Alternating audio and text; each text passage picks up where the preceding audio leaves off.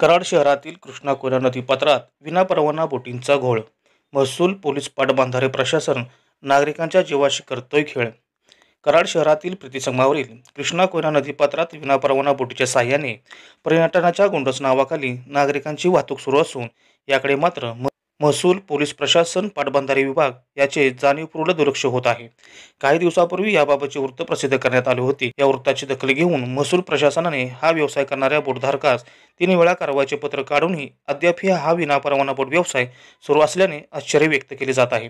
याबाबत प्रशासनाकडून माहिती घेतली असता ह्या बोट व्यवसायधारकांनी परवानगी मिळण्यासाठी मागणी केली असल्याची माहिती मिळत आहे.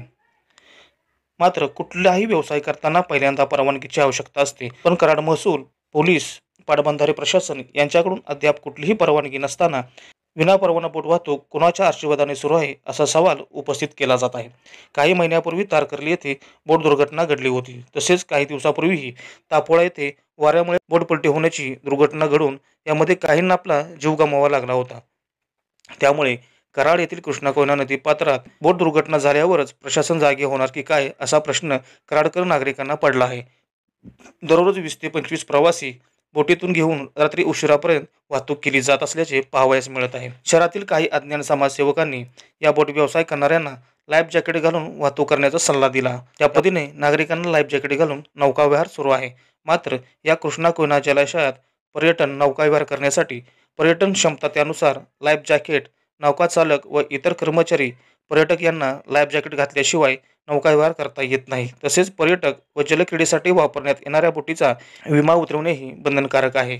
तसेच सांगली पाटबंधारे, कृष्णा कालवा उपविभाग, कराड यांचे ना हरकत प्रमाणपत्र, कार्यकारी अभियंता, टेंभू उपसा सिंचन प्रकल्प विभाग यांचेही ना हरकत प्रमाणपत्र यासह विविध परवानग्याची आवश्यकता असून यापैकी कुठलाही अद्याप परवाना नसताना बोट व्यवसाय सुरू असल्याने तो कोणाच्या आशीर्वादाने सुरू आहे असा सवाल उपस्थित केला जात आहे. कृष्णा कोयना नदीपात्रात विनापरवाना सुरू असलेल्या बोट व्यवसायाबाबत वारंवार तक्रारी केल्या तरी महसूल प्रशासन कारवाई करीत नसल्याने बोट व्यवसायधारक व महसूल प्रशासन यांच्यात आर्थिक देवाणघेवाण झाले की काय असा प्रश्न पडत आहे.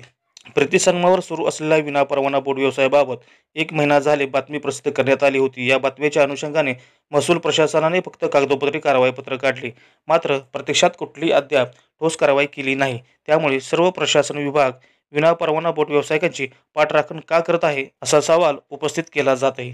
त्यामुळे कराड प्रीतीसंगमावर कृष्णा कोयना नदी पात्रात एखादी अत्यंत दुर्दैवी घटना घडल्यास संबंधित विभाग जबाबदार राहणार का? कराड 24 न्यूजसाठी संतोष वायदंडे, कराड.